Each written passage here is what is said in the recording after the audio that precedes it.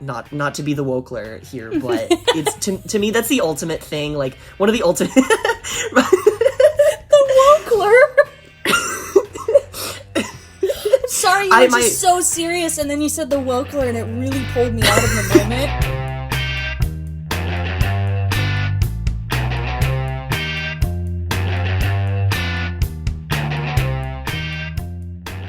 Hello, everybody. Welcome back to Spilling the Stew, where there's always something to feast on. My name is Anthony. This is my co-host and best friend, Brooke. And today we're stewing on the power of friendship. Aww. And the highs and lows of reality television. Oh my gosh.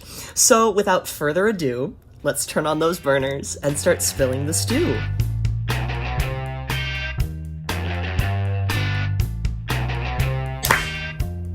That felt perfect on my end. Okay. As cool. Long as it feels perfect on somebody's end, it's probably okay. Hey, I'm the one who's editing this, so it better be okay on my side. So it better be fine either way. Yeah. Oh my god. Oh my gosh. Hi, Brooke. How you doing? Oh, I'm doing wonderful, Anthony. I kind of caught that we are on very different vibes today, apparently. Yeah, we are on very different vibes. But you know what? I'm excited to bring this new and audio improved episode. Audio improved. Please. You can chew me out. It's okay. Chew me out. Okay. So we recorded obviously twice for the first podcast, right? And the first time, fine, whatever we said, we needed to re-record. And so for the second time, we went through it and we were like, that's so good. We had finished the recording. We're like, this is amazing. We're going to make such a good freaking podcast. This is so cool. And then Anthony realizes he didn't have his headphones in the whole time, the whole recording. So in the background, you hear me, laughing out, super loud out in the background over his voice half the time. Out in the background there. Okay. I was just at my parents' place. And we were actually golfing with their finance guy, not to be weird, but we were golfing with their finance guy, and he's from the north side of Chicago.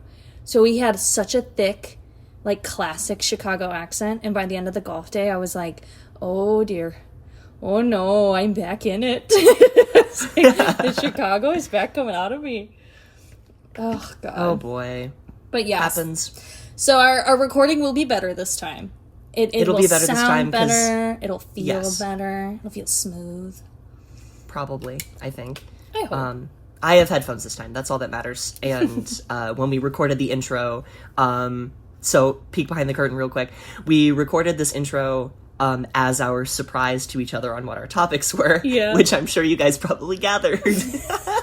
And so we took a sec to listen to it, and the audio sounded good this time. So I really hope that you guys will stick around this time, know that the audio doesn't suck. Yeah. And we're talking about such drastically different wildly things. Different vibes. Apparently we've had very different weeks. We've had very different weeks, I think. Yeah. Well, because I've been on spring break and you haven't. So I've been in the throes of Love Island, and you have been... I've been in the throes of microbiology. The two furthest spectra of human existence. Well, actually, one of the girls, because I'm rewatching Love Island UK season 5, the best season of reality television to exist, next to Jersey Shore season 1, and one of the original contestants, I believe, is a biologist. She says she's a scientist or a chemist, and they were talking about chemistry and orgochem, and I was like, oh my god, this is so up Anthony's alley if he would just watch reality TV with me like this. I refuse to watch that drivel. This will be an argument in a little bit. Yes, it will. and by refuse, I mean I'll be the dad when you're watching TV when he stands 20 feet behind the couch, and he just goes. And every time you turn around, you're like, "Do you want to sit down?" And he's like, "No, I need to go. I need to go. No, this is stupid. This is so dumb." And then continues to stand there. Yes, because it is good. And this is my argument for today, is that people who think reality television is trash just do not understand the highs and lows of the reality TV viewing experience. They don't understand. The epic highs and lows of high school basketball. Football, babe. Come on. Come on now, fake Riverdale fan.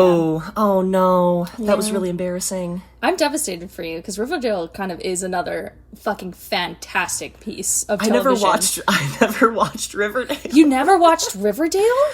No, because by the time people told me to start watching it, I was like, this seems, I can't do this right now. Well, yeah, that's why. You watch it because you really can't handle it. Here's my problem, though, is I get secondhand embarrassment. You know this very well. Yeah. I get secondhand embarrassment very easily whenever I watch television. Mm-hmm. Like, literally, I was watching this week's episode of Drag Race, and, was it Juicy or Kenya? Someone was bombing really bad, and I literally had to hit fast forward through it. Yeah. I was like, I can't watch that. I can't sit here and watch it. Oh, God. It's like Trixie Mattel in Snatch Game when she does RuPaul. Yeah. I literally cannot watch All-Star 3 Snatch Game. I literally have never been able to sit through it because I can't handle that embarrassment. I can't do it. It's rough. Mm-hmm. It's rough. But reality TV is so different. I guess we'll do my topic first. I didn't mean to steamroll the conversation. I'm just really this is great. loving Love Island right now. I'm revisiting my Love Island era. Because obviously this was going to be the core of my argument, okay? Is my life is so stressful with school and like being in academia and being in like, you know, a master's program and having to think so hard and so much and write so much that reality TV is like a cleanse on the mind and body. It's like doing yoga. It's like going to a spa where it's so senseless and stupid and honestly just desperately unthoughtful. Not to say that these people aren't wonderful people, because God, I love Molly May more than anything in my soul. I love that woman desperately. But it's like the drama is so unserious when life is so serious that reality television is single-handedly keeping the world together currently. It's the glue that's like stopping Donald Trump from bombing everybody. I don't know how. I know he's watching Love Island though. Well, I think you're forgetting that he is a reality TV star. Oh my God, am I stupid? Oh my God. Oh my God, you're so right. The Apprentice. Remember when he came down that shitty-ass gold escalator in 2015, he was running for president to gas ratings for his show. Oh my God, that's why he did it. So right. Am I dumb? Yeah. Presidential historian over here. Totally forgot about that.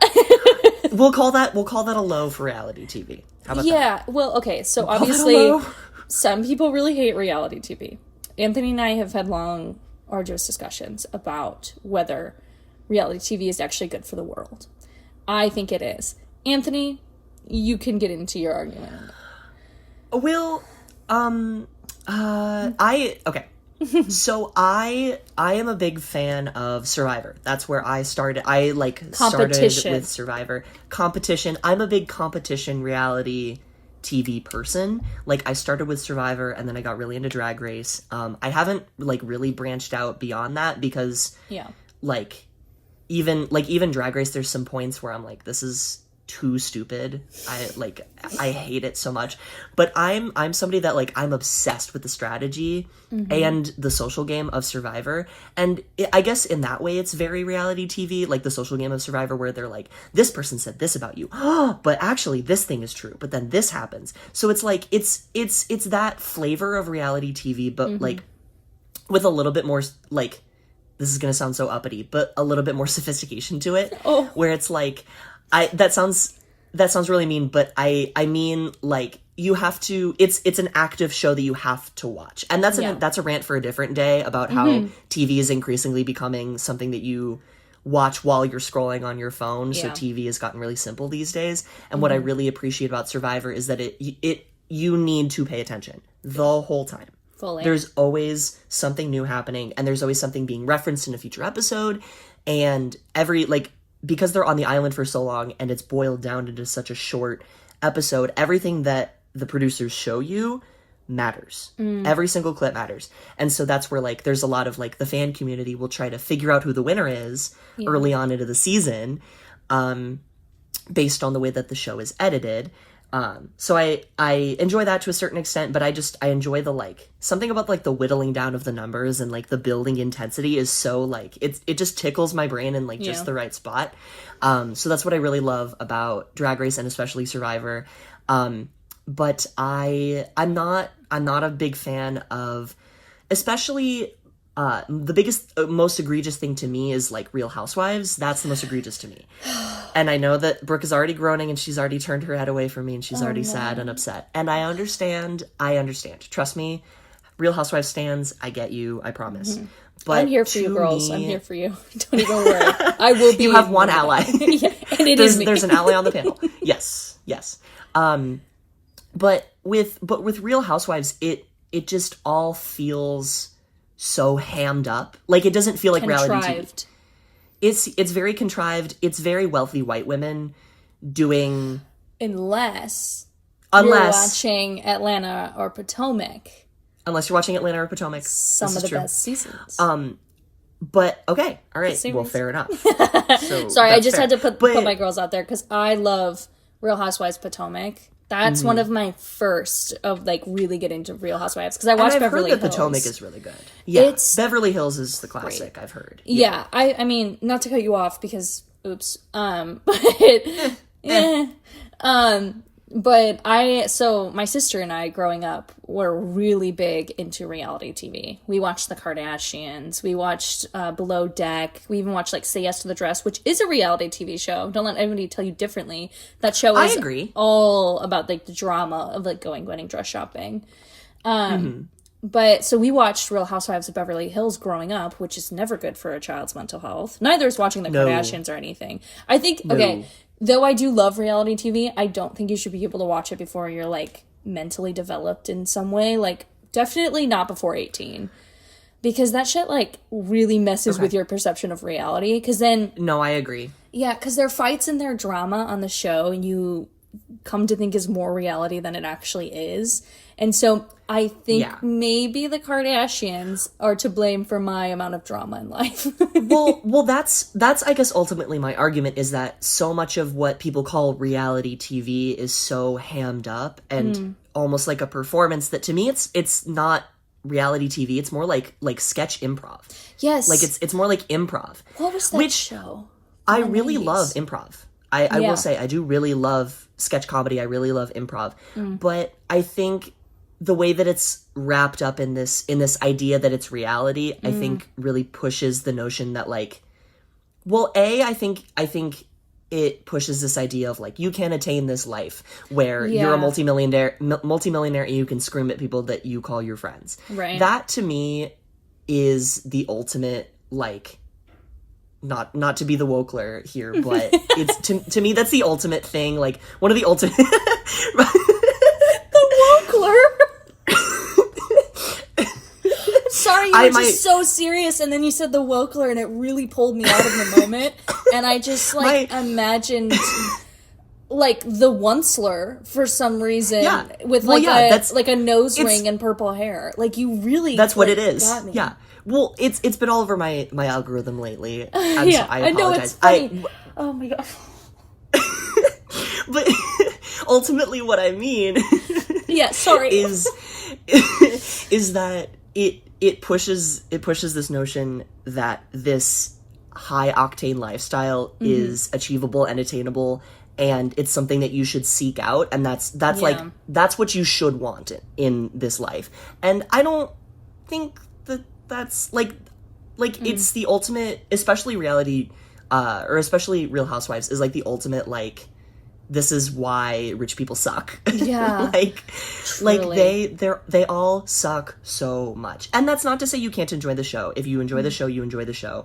Everyone's got their individual tastes and flavors. Sure. To me, it's so hammed up and exemplary of capitalism that that it, like, you know, like how you talked about, like, it puts you, like, it's something to, like, turn your brain off to and relax. It makes me tune in more because I'm so, like, it's so, like, these women are so aggravating and I don't know why they keep screaming at each other that it just reboots my brain. And does that say something about me being maybe a little bit too politically engaged? Probably. Yeah, but you are the wokler. I am. It's true. Yeah. Oh, that's okay though. Yeah. Well, so I think from that perspective, it's just a little bit annoying. It's annoying. That is so fair. I've had, like, the same feelings watching reality TV. Obviously, I didn't get those feelings more until I became more of a liberal later in life. When I was a kid watching it, I was like, this is so fun and so interesting. Their lives are so cool. The drama is so fresh and I don't want to say interesting yet, but interesting. Every episode you're engaged and you're like, this is so cool.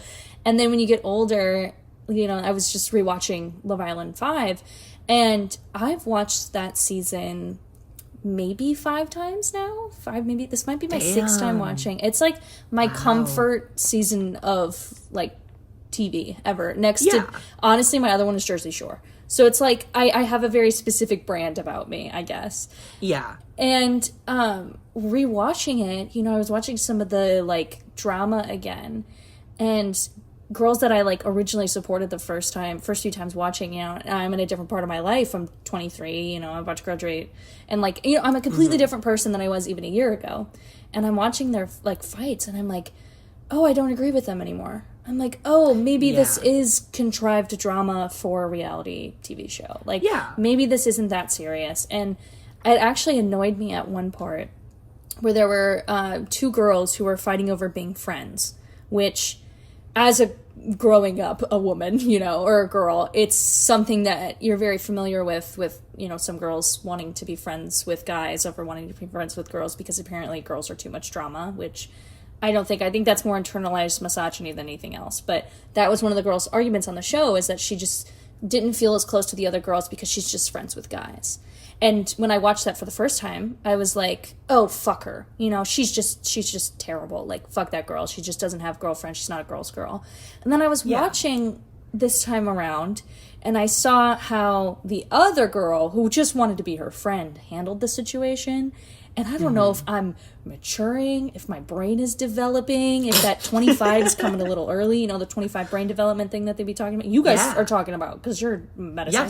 Yes. Maybe it's hitting me a little early these days, where I was like, oh, that's just not the way you go about an adult conversation about something like this. Like, you're trying to manipulate her, and, you know, she's crying and you're still berating her. I'm like, this isn't the way to handle this. And so I was almost put off, and I had scrolled through a part of it. Like, I had fast forwarded because I was like, oh, I'm just a little uncomfortable by this conversation. And that happened a few times this season that hadn't happened to me before watching truly any reality television. So maybe I'm developing, but I still love it. So I don't think I'm developing that much. Well, I will also say, to speak to Love Island, I really do think that my true hatred of reality TV comes purely from Real Housewives, because you're watching all of these rich women with no problems in their lives create problems in their lives. Yeah. Oh my God. Yeah. But like, I went to, so my boyfriend's sister used to live in Chicago, and we went up to visit her last year around July. And so everybody who's a reality TV fan, you know what happens in July. Love Island USA. Yay!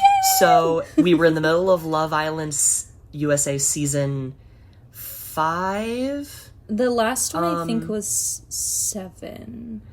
What's the one with Serena and Cordell and Aaron and Kaylor? Oh God. What's that one? I believe whichever that's season 6. that is. I think that's season 6. Yeah. I could be wrong though, because I always forget the US ones. Yeah. But so I watched the scene where Kaylor yells at Aaron after they come back from it's like the villa, and then they get separated to a different house. Casa Amor. So Aaron comes back from Casa Amor, and he's single and sees that Kaylor's single, so he's celebrating and he's all excited. He's like, yeah, our bond is so tight, blah, blah, blah, blah, not knowing that Kaylor saw a video of him making out with Danielle yesterday. Yeah. So then she stands up and she reams him. Yes. Reams him. And see, that is what I'm looking for. That real, raw moment of Kaylor screaming at this man. Justifiably screaming at this man for screwing her over and playing with her feelings. Yeah. Like, that's the reality TV I love. I will absolutely get trashy and annoying with it if it's a real moment. And that was a real moment. So was that a real moment manufactured by the twist of the show? Yeah. By but production. You're creating but you're creating situations where you allow your characters to be real with each other. And that's ultimately what I seek out when I watch reality TV. Yeah. And I mean, Drag Race is a lot of the same way of like, they'll push partnerships, they'll push certain roles on certain queens to force them to react a certain way. And to me, that's a lot more palatable because it's still the queens or the contestants reacting authentically. That's the biggest thing when I watch reality TV is I want authenticity. Yeah, and I think that's what you're going to get more so with Love Island, is more authenticity than Real Housewives. Like, I always think about in the early seasons, now I can never remember the housewives' names these days because there's too many people in reality TV shows, but there's the meme of the girl screaming, crying, and pointing at the cat. Do you know that one? Oh, yes, and her friend is like holding her back and she's like... Yeah, Kyle, I believe it's Kyle that's holding her back. That's a fight over the fact that, like, she's being abused by her husband. Did you know that? Yeah. No. And it's, like, a really real thing where I think her name's Brandy. I don't want to get her name wrong. But she was being, like, fully abused by her husband. And there's, like, a whole drama around that. And it became a meme. It's, like, the darkest point in this woman's life. And it's on reality TV. And she's around these people who are, again, contriving these situations. More so than Love Island, to where it's, like, you know, they're in a villa together, like, there's going to be interpersonal relationships, right? With the Real Housewives, they live apart, they only come together for these, like, contrived dinner parties where they're, like, talking and shit-talking each other and all that stuff. Like, after everything is blown up, they're thrown into a room together after they've gone their separate ways, and then they come together and they just start fighting. And, you know, I think of, like, that meme, and I'm like, it's just so fucked. It's, like, that's not good drama. That is, like, somebody's life falling apart in front of them. That is a truly horrible situation that I'm devastated that was on television. I mean, her whole story is brutal. But, like, with Love Island, I think you get almost a more shallow version of drama, too. It's like, you know, that for Kaylor, that's a obviously brutal moment in her life where, you know, she sees this video of the guy that she's been with. I think they were together for, like, really for a long time in the villa, since the beginning. So they're together for the super long time. He obviously does all that in Casa Amor. You can't call it cheating on Love Island because I don't think that they were dating. I don't think that they were exclusive. So they were, you know, doing the Love Island experience, whatever. It still breaks her heart. And, you know, she has that raw moment and she gets him and she lays into him. And it's more, like, rewarding of an experience where you're like, get her, girl. Yeah, fuck that guy, you know? Whereas, like, you're watching Brandy and you're like, I keep calling her Brandy. I literally cannot remember if that's her actual name. But, like, you keep looking back at, like, that meme and you're like, that woman is breaking down on national television and it's a horrible moment. So, I don't know. I also think there's that where it's like, reality TV can be very predatory. Again, Jersey Shore Season 1, I love. Snooki gets literally punched by a grown man in a bar. A PE teacher. Did you know this? Are you aware of this? No, I haven't watched Jersey Shore. I know all the characters because of the cultural zeitgeist around Jersey Shore, of course. Obviously. You know JY, you know Snooki. I didn't know about that. Yes. This is like the big thing. Like, it makes her friends with the other castmates because she was kind of an outcast the first few episodes, right? And then they go to a bar on the, not the wharf. Oh my god. The wharf. The wharf. It's not the wharf. It's the pier. The boardwalk. Oh my god. It's the boardwalk. Duh. And so they go out and they go to this, like, shop bar and some dude is, like, stealing their shots and, you know, it's Snooki. Snooki's yelling back at him. She's in his face. She's like, get the fuck out of our zone. Like, we're, you know, trying to have fun. And, you know, they're making fun of the Jersey Shore cast because they're, you know, from the city coming to the beach. It's like a whole thing. There's a whole thing about this, right?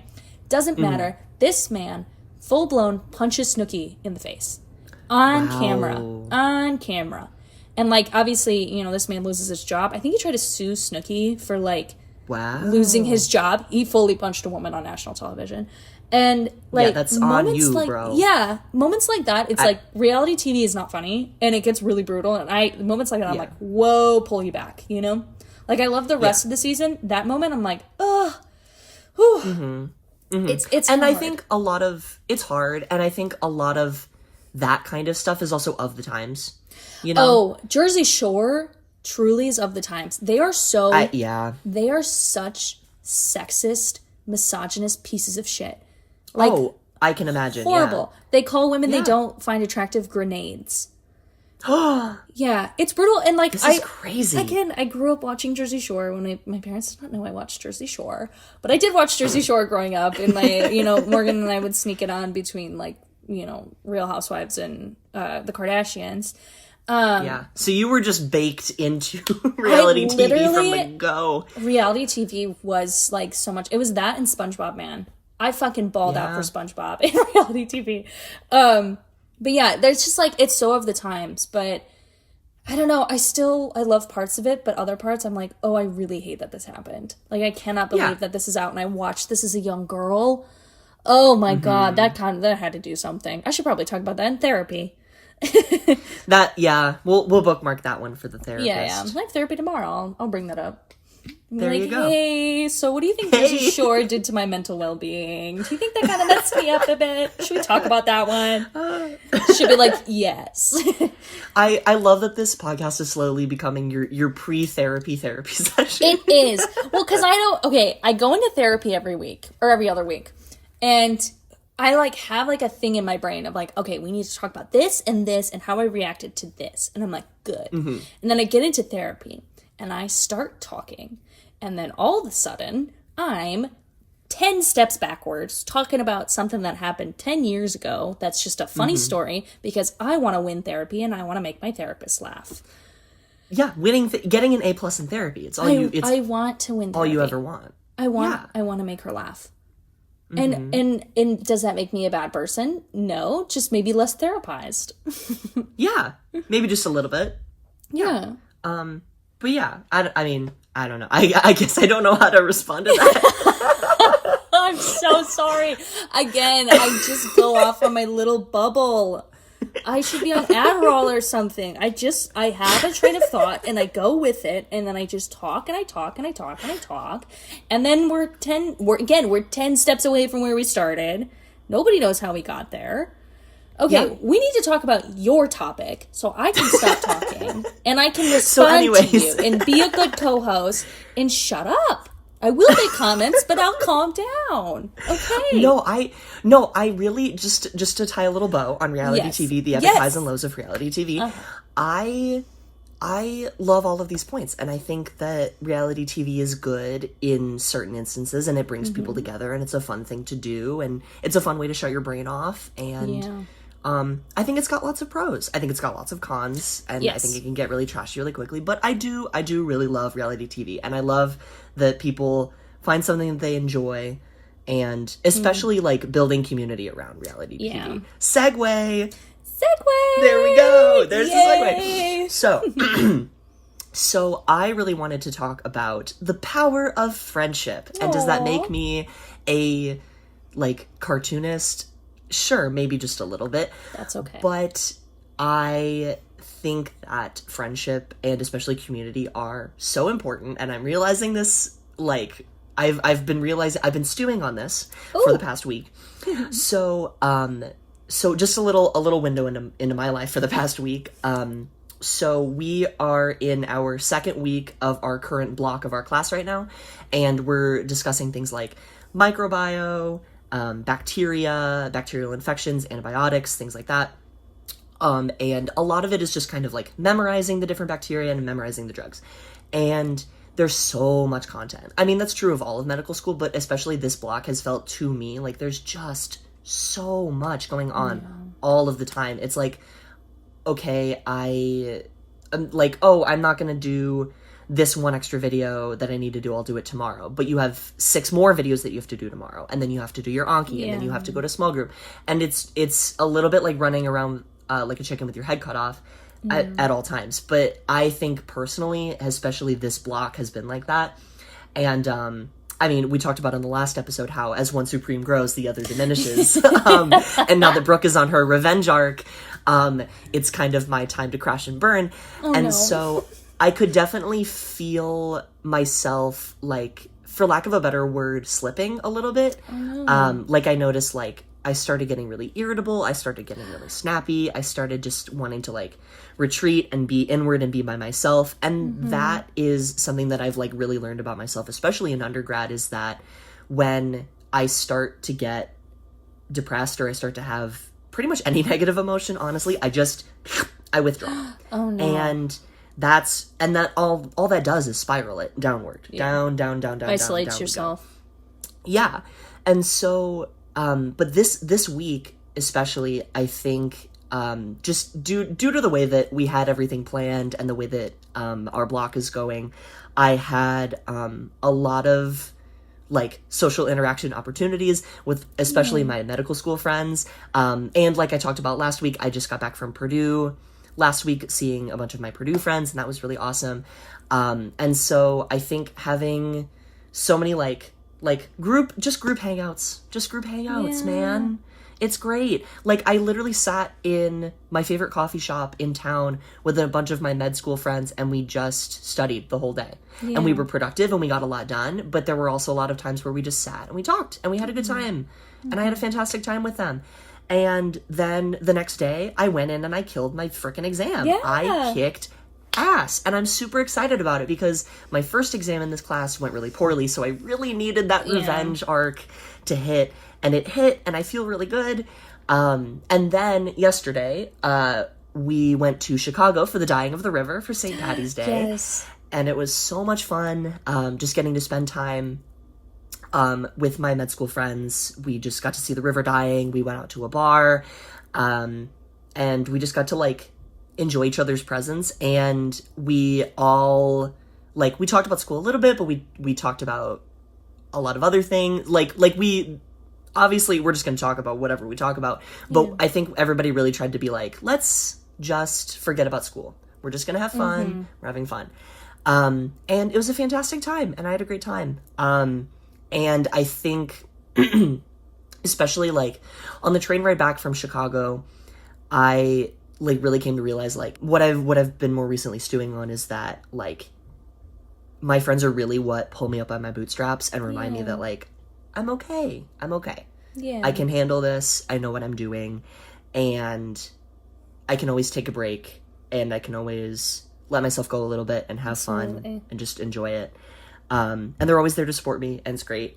And I think even more than just friendship is, like, a community. Like, everybody in my class is, like, we are all friends. We all talk to each other all the time, and it really does feel like a community. And I think there's a big difference between, like, one friend that you gab to all the time and an entire group of people that are all pretty like-minded, that all have each other's backs. Like, there's something about that group setting of just, we're all here to party and have fun, that just feels so, like, it's like exponential growth with more people. It's just more support and more fun, and we're all helping each other get each other through medical school, and that's been the biggest, like, boon, I think, since starting medical school, is, like, finding my people in a lot of ways. Shout out your med school friends. Shout out my med school friends. I hope you guys are listening. I love you all very much, and you guys are the best. They truly, seem like and such truly, great and really, people. and completely. They're all great. They're all great. Yeah. I guess I don't have a succinct way to end that off. But no, but I love the sentiment of, like, creating your community, because I think it changes a lot as you get older, and, you know, both of us have left undergrad, which is, you know, I feel like where you create your strongest community in your early 20s, and then for a second it feels like, oh shit, I'm dead in the water. Oh God, you know, all my friends are far away. Life is really hard. What do? I'm alone. You feel very isolated to start. And then, I don't know. Yeah, I think when you get to grad school, it can feel very like you're dead in the water. You don't know what's going on. You don't really have a community around you, especially right when you start. Like, you can have your friends, but everybody's so far. Like me and you, like, we're so far apart. It's like, you know, you need, like, a community around you to be able to handle such high stress environments. And so I'm happy you found such a big group of, like, seemingly really fucking amazing people. Like, I obviously hear about your med school friends all the time, and they are just fantastic. They're just love to hear about them and hear about your stories and your adventures, and I'm so jealous you got to watch the river dyeing, because I wish I was there, but I totally understand. I had to be in Texas, whatever. But no, they just seem like such a great group of people, and I think that's so important, especially when stuff gets so stressful, like in med school. Like, you have to have people around you, otherwise you go batshit fucking crazy. Yes. Yeah, absolutely. I think it also really speaks to kind of, I think it's very easy in medical school, and a lot of like pre-med and med influencers will talk about this, and even like residents, is that like some of the most important parts, obviously it is incredibly important that you learn the medicine. The medicine is, well, yes, I would hope very that. obviously the most important part. Like Yeah. you obviously need to know how to intubate someone. You need to know how to diagnose someone. That's like a non-zero start. Like that's a non-starter. Yeah. If you can't do that. But I think doctors and everybody involved in the entire process until you become a doctor grossly undervalues how important those social connections are. Oh my God, yeah. I really think, and obviously I am biased, and I'm also at the bottom of the food chain, so I don't have the most experience. But speaking from my experience, coming from undergrad where I didn't know a lot of pre-med people, and a lot of pre-med people kind of made an effort to not, maybe find their group and stick to their group, because you're all kind of jockeying for what is essentially the same spots. And so in a certain way, you kind of need to be competitive. But the nice thing about a lot of medical schools nowadays is that they're pass-fail. And it really encourages you to, yes, a lot of medical schools are pass-fail at this point, which is really awesome. That's really good. Yeah, it's really cool because and there are obviously going to be those competitive components to medicine. There needs to be. Yeah. But there also, I think there's not nearly enough of a focus on each other. Like medicine is always going to be collaborative. Even a pathologist, which is like the butt of the joke a lot of the time when it comes to medicine, because they often aren't interacting with patients as much. They're not interacting with other facets of the medical system as most other doctors. Like you still need to be able to work with people. As a doctor, you need to be able to work with people. You need to be able to communicate with people. You need to be able to communicate with patients first and foremost. You need good communication skills, and you need to know how to talk to people and treat people correctly. And I think that starts in medical school, where you are meeting people that might become your future coworkers, or they might become future assets and resources to you. I shadowed an interventional cardiologist during my undergrad, and out of the times that I shadowed him, he called and FaceTimed multiple other cardiologists for feedback, just to double check a procedure, be like, hey, X, Y, and Z, do you think this is the right treatment, the right course of treatment for this patient? Or what do you think about this image? Of course, not saying any names or anything. Oh, HIPAA. No, HIPAA. HIPAA, first and foremost. We live by HIPAA. We live by HIPAA. But yeah, just like getting a lot of feedback from your coworkers is the best way to learn. Like these people know what you're going through more than anybody else, and the people above you have been what you've been through. So you should always try to reach out and make a connection.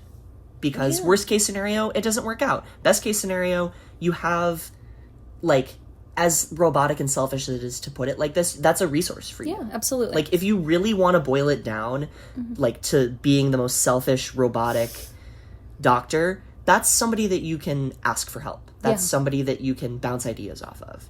And I think not enough doctors, or I guess maybe not doctors, but I think not enough people in the medical system value, they understand the value of community and collaboration, but I think that it's very easy for that to get swept to the side. Yeah. Well, I think it's really interesting because the way you explain med school sounds so much like my experience in academia as well. Yeah. Where, I mean, obviously ours is not nearly as life and death, so it's a very different way of socializing, but I mean, it's kind of a joke that a lot of academics are socially awkward and cannot hold conversations or anything like that. And it's a very real thing within our field to where that communication aspect can be really missing with some people that you meet, you know, at conferences or in your programs, or just like when you're visiting a university. You can lose whole connections, whole resources, because you and that person are not able to have a conversation. And it's a very common thing in our field. And it's, I think, such a plague on academia, like I'm sure, or as you had stated, it's such a plague on medicine as well, to where you have to be able to talk to people. I mean, I don't want to sound like my father, who says this to me literally all the time, that you just have to be able to talk to people. To get through life, you just got to be able to talk to people. But he's right. He's so right. I mean, he's in business, so like, I guess ultimate talking to people. Literally, situation. that's his job, is to talk to people on the phone all day. That's what my dad does, for me, is he's just talking on the phone all day. But I think it's really important to be able to, like, have conversations with people, make connections, and, maybe sometimes I'm not nearly as professional as I probably should be, which is the other end of the spectrum, is where people are so professional and so stiff that, like, they can't make conversations, and then some people are so lax that it puts other professionals off to them. Both ends of the spectrum, right? But I don't know, I'd rather have someone who's able to have a discussion and look you in the eyes and have a conversation about, for what I do, for our research, and for, what archive did you find this in? Do you have any recommendations for archives on this topic? Or here's a book that I read about this subject, go mine the footnotes, and I think you'll find something really interesting here. It's like making those connections is what makes the field. And a lot of historians, I think, have a really hard time with that. And what I'm also seeing is a lot of historians in my generation are breaking down those boundaries a lot. Like, my friends, we're desperately unserious. I just don't think... My best friends in grad school we don't have a serious bone in our body. And, like, we try to be, like, in seminars, we're really... We lock in and we get the serious out and we talk about the important topics, especially if it's, like, a really heavy topic. Because obviously we're not cutting into people, but we are also talking about the socioeconomic state of the world. Like, right. We're talking about important things. So, like, we'll get serious for that. But, like, we're gonna throw a joke out in class. Like, we're gonna make it calm. We're just gonna make it light and fun and, like, an interesting environment for everybody. Because I think it breaks down those professional walls that kind of block people from having actual conversations and actual experiences and networking. And so I hope that happens for you in med school as well. As I can see with your friends, at least, your med friends seem to be breaking down that, like, connection or the communication barrier that I think you've seen is present. Yeah. And I think, to speak to that professional wall that you talked about, it's obviously a problem in a lot of academic settings, but it's also a problem in medicine in the aspect of we're so bad at communicating with the public. Yeah, and you guys we have a learned very this. Different. Yeah. Mm-hmm. Yes, it's bad. It's bad. We all went through COVID. We saw how that was handled. Oh, God, yeah. Yeah, it was handled poorly, to say the least. Yeah. And I think so much of the things that we're dealing with now in the world are because there wasn't an attempt to make the communication as clear and concise as possible. And that's a skill that you learn, that you are supposed to learn as a physician, that a lot of people sweep under the rug because the medicine is what counts, and the medicine is the most important thing. And it is. Again, it is the most important part. Absolutely. But that close number 2 is talking to people. You need to be able to convince a patient to get a procedure that they might not want, but is going to save their life. You need to be able to talk to a patient that might be hesitant about getting a vaccine, to be topical. You need to develop a connection with somebody very quickly, and you need to learn how to meet them on their level. And that's probably one of the most important parts about medicine. You can learn the procedure till the cows come home. You can know how to do a splenectomy from front to back. If you can't convince that patient to get a splenectomy, that splenectomy is not the importance of a splenectomy, not just, like, coercing them into surgery, but, like, the importance of that surgery on their health. Like, that's a hard thing to communicate to somebody. So learning that, especially early on in your, journey in medicine and everything, is so important. Yes. Exactly. Yeah. We gotta get more doctors in communication studies.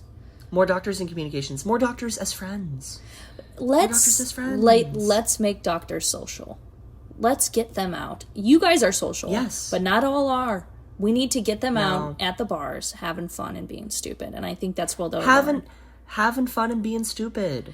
Because, okay, is that not life? Not to make a huge statement about the world or anything. Is that not just life, is being fun and being stupid? I'm sorry. That's what it should be. And then being serious when you need to be. Let's not forget, there are very serious stuff in the fucking world right now. Yes. And I am obviously coming from a very obvious place of privilege saying, let's just be fun and stupid all the time. I recognize my privilege here. But I think when you take the world so seriously all the time, aside from the stuff that you do need to take seriously, when you take everyday interactions in life so seriously, it just is a fucking bore. It's not as fun. You're wasting time. And like, you know, I've seen this with, you know, older adults in my life where their entire life revolves around either their work or professional relationships and stuff. And then, you know, you burn through 60 years of your life, you're 65 and you're retiring. What have you done? You've worked. You've taken life so seriously. You have to be fun and silly. You have to be fun and silly. I swear to God. And this has come back to me very recently. I was too serious for a while, okay? I had a stick up my butt. I was so serious. Life was so hard, and I was so sad, and blah, blah, blah. Yeah. But now look at... I dyed my hair a little red. And now I'm feeling really fun and frisky these days. And it looks very good, by the way, for the viewers. It looks very good. It's like a tabby cat. She looks like a Pokemon character. It's great. Yes, that's all I wanted. I wanted to look like a tabby cat or a Pokemon character. Literally, whatever you feel, I love. Strawberry shortcake, that kind of vibe. But again, it's just so unserious. It's just red streaks in my hair, but, you know, it's fun. It's fun, and it's dumb, and it's making me happy, and so that's the way we gotta do life. That's my cure for the world. I'm going to cure the world every episode. You know what? You should have gone into medicine. You're curing the world right now. It's your calling. I can't do math. You really want me in medicine? I can't do basic math. Yeah. Yeah, I can't do that. True. I would kill somebody. I am very happy that my love for medicine and nursing left when I was in high school so that I did not pursue that as a career, because with medicine, somebody would die. Yeah. Yeah. Can't do basic math. That is a problem. A lot of the time. You think? That's a problem. Yes. Yeah, I think that's a big one. Listen, if I'm being honest. If you're being honest. Yeah. But, so, to bring it all back to reality TV. Yes. I think... again, specifically with Real Housewives. I'm going to keep ratting on Real Housewives. I'm going to get chewed out this episode. Yeah, their fans are not knowing crazy. a Riverdale reference. It's like going after K-pop fans. Like, you just don't do that with the Real Housewife girls. Yeah. But my point is, I think especially these girls in Real Housewives, the way that they treat... These are supposed to be your best friends. Yeah. Oh my God, right? These are supposed to be your best friends. And that's not how you treat... That's not how you treat a coworker. No. Let alone... How do they view each other? A friend. How do they view each other? How do they view each other? Because that's not how you treat somebody in a professional relationship. That's not how you treat a friend. No. I guess in the making of 24-hour television, maybe that's how you treat somebody in a position where you're trying to, like, gain from them, I guess. Where you're trying to, like, social climb, or you're trying to create a spectacle. But holy fuck, what are you doing to do that? Like, you're destroying people in the process. You're destroying people, and there's also, again, a lack of communication. That's the impetus for a lot of the conflict. Yes. Not my God, yeah. Literally in every reality TV show, if they just spoke to each other, if they had a conversation, drama would have been much cooler. It all would have gone away. Okay, so I'm seeing a thing here, is that we do solve the world's problems every episode. It sounds like we do. We should take this to The Hague. The Hague. The Hague. I know. Would that be the UN? Yeah, or we could. We can't take it to the White House. No, they wouldn't like us very much. No. We'll take it to the people. Reality TV show now. We're taking it to the people right now, Brooke. That's why we started a podcast. Oh my God. See? Oh, yeah. You know what? Maybe I'm just a little off today. Maybe I just kind of forgot that we were doing a podcast, and I literally just thought we were talking. Well, we are. Well, yeah, because that's what this is. See, again, if we weren't recording this, how would the world save itself? That's all I'm saying. I don't know. Are we superheroes? Yes. But I'm going to choose to believe we are. We can't be in the MCU, though. That needs to end. We're in our own universe. We are in our own universe. with the way our conversations go, damn straight we are. I didn't even notice it's raining now. Well, it was hailing earlier, so I gotta go check on my car in like a few minutes to make sure Victoria isn't dead right now or broken windshield or anything. Oof. But just to recap what has happened today. So much. For one, Anthony and I are on very different planes today, as shown in the introduction. We were not expecting the other to take that route, which made this so fun.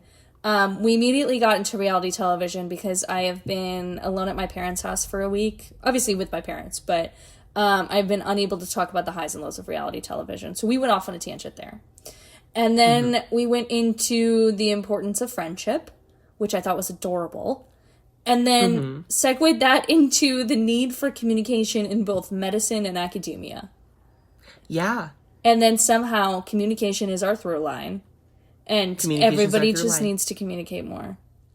And this is the importance of the stew. And this is why the stew is so chunky. This is, yeah. But again, you sit there and you simmer with it. And you have a nice old time with it. Yeah, I love that. But yeah, and I love that. And it seems like everybody's enjoying. I mean, freaking, you know what? Shout out April. Yeah. Got oh my God. her tattoo today. Oh my God. I need you all to know. I need you all to know. So one of my best friends in the world, April, we met in undergrad at Purdue. She just ran a half marathon today. Shout out April, killing it. Absolutely. And then not immediately after, but really soon after for running a half marathon. Soon, yeah. Crazy baller out here got a tattoo inspired by your quote, Brooke. Oh God. What if all along I was the sun? You know, immediately I took, because Anthony showed me today right before we started the podcast, and I was shocked. Like, I was so gagged. April, never met you, love you, girl, because that's crazy. I posted You fully met her at Harry's. Okay, well, I don't remember anything that's ever happened at Harry's in my life. That's a good point. I did meet her at Harry's. Oh my God. No, I do remember April. She's a very sweet person too. Okay. Anyways, I made, that is from an Instagram story post that I made when I was like really fucking in a moment. Like, I was having a mental fucking breakdown, and I have a close friend's private story that has been going through this healing journey with me that also I have not posted on in like 2 weeks, so I gotta tell them I'm alive. And I don't know, like I just said that because I felt like the sun again.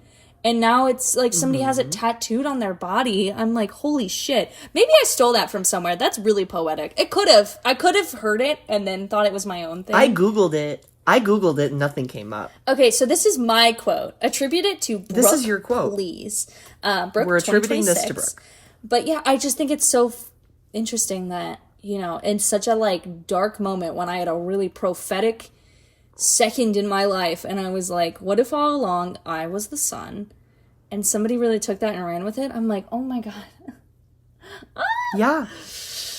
Well, and I think like it's something that is so, I think for as wee woo woo as quotes can be, I think there's something so simple and elegant about it, and you get it the moment you hear it. Yeah, it's so easy to understand, and it's so like, you know what? We're leaning into the cringe and the cheesy in 2026. I'm fine with it. Into it. We're being authentic, we're being real, we're communicating, and we're being cheesy in 2026. The four things. But that's, I think I had separately come to basically the same conclusion as you during my last semester of undergrad, after I got into medical school, and I spent the last semester just having fun. Yes. I kind of came to a similar conclusion of like, I feel like during undergrad, I had constantly told myself, like, I'm enough, I'm good enough, I can do this, I'm enough. Mm-hmm. And I think, Brooke, you remember this very well, I had about a semester long crash out. I remember. Partially fueled by, yes, speaking of the spiral, I don't deal with failure well. So I spiraled and isolated myself, which only made it worse. So that semester was rough. That was really rough, to say the least. Mm-hmm. And for the longest time after that, my grades rebounded very well, and I was very proud of myself for that. But for the longest time, I had kind of like not there wasn't really a flint strike or like a match strike that kind of lit the fire back under my ass to like pull myself back up and like, okay, we're doing this again. Like, there wasn't that moment of like, we're doing this. And like obviously you're very contemplative and reflective in your last semester. And so I had kind of thought back and I was like, oh, I'm like, why didn't I have this like prophetic moment of deep thinking where I realized that I'm enough and I just did it. And I kind of realized like, oh, it's not that I'm enough, it's that I've always been enough. Yes. That's the thing. And that's the feeling. And that's the feeling of what if all along I was the sun. It's saying like, it's not enough to say that you are enough in this moment.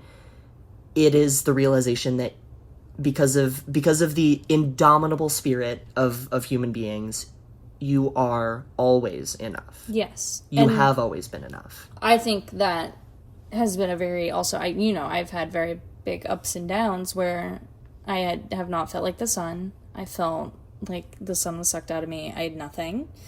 And I don't know, when I made that post, for me it was a big moment. Like, I had a moment that snapped me back into reality where I was like, holy fuck, I am a great person. I am the sun. I am worth everything. I'm everything's okay, you know? And for, like, part of that was my breakup. And then the few weeks after, that was truly one of the biggest, like, few weeks of my life where I had friends from childhood. I had my best friends now. I had friends I had barely talked to in the past 5 years. My family, people at work, you know, or like in the office, you know, come to me and tell me how much they loved me and how amazing of a person I was. And, you know, I hadn't heard that for so long. And then when everybody said it to me, it wasn't just them saying it. It was hearing it and then realizing, oh my God, yeah, you're right. This whole time, even if I felt like shit, and even if I felt like a doomed little, like, you know, rainstorm cloud, God, I was the sun the whole time. I was the sun, either in other people's lives or even in my own. I just didn't realize it. So that's why that quote hit me, because then that moment when I was making that Instagram post, I so bounced back to a point where I feel 10 times better than I was before that moment. And I'm so happy that that resonated with her. I'm so happy it did. I'm so happy it resonated with you. I'm so happy if it resonates with anybody, because that moment is like truly like peak top 5 moments of my life. That Instagram post. It's after. Yeah. After the post, when it really set it. After. Know? Yes. So, yeah. I absolutely agree. And I think that's beyond the premise of the podcast. I really think that that's the soul of the podcast. I think so too. I do. Is that you are the sun. Yeah, and everybody always is. And forever. I think everybody's the sun, and if you don't think that you are, literally just grab a person and just be like, hey, what do you think about me? And I know, don't get your validation from other people. Wait, let me roll this back. Don't get your validation from other people. But I think... But sometimes you need to... Yeah. You need other people to remind you of that. You need a reality check. This is another thing that I think. You need a reality check, and I think so much of who you are is reflected in other people, and so much of other people is reflected in you. Yes. And sometimes you need that little bit of you from another person to come back to you and say, you are enough. Yes, I think so too. You know? It's really beautiful, isn't it? Yeah. God, we're just fantastic. We're so good at this. I love this. Is this going to go to our heads? Yes, absolutely, and it should. I'm fine with this going to our heads. This is so fun. I think we need it. You know what? We need this. Yes. I think. I think so too. I think it's a great time for us, and I think even if one person finds a little joy in this, that makes me all the happier. Yeah. As if one person remembers that they are the sun, that's all we can ask for. That's it. And we're having fun too. We're having that's all we can ask for. Time. I think so. So, yeah. I think, honestly, that's a really good place to wrap it up. I think so too. Yeah, I want to, thank you everybody for tuning into the second episode with the better audio quality. And yes. I think a really hopefully we're gonna see oh when my we god, stop. Don't make me jinx it. Okay, hopefully the better audio quality. And I really hope you all enjoyed this really spanning, really crazy conversation. I did. Yeah. I loved it. I did. Definitely. Yay. You kidding me? Okay, great. Okay, yeah. Well, thanks for joining, everybody. Thank you. Thank you for tuning in to Spilling the Stew, and we hope that you've enjoyed the feast. Yay! Bye! Bye!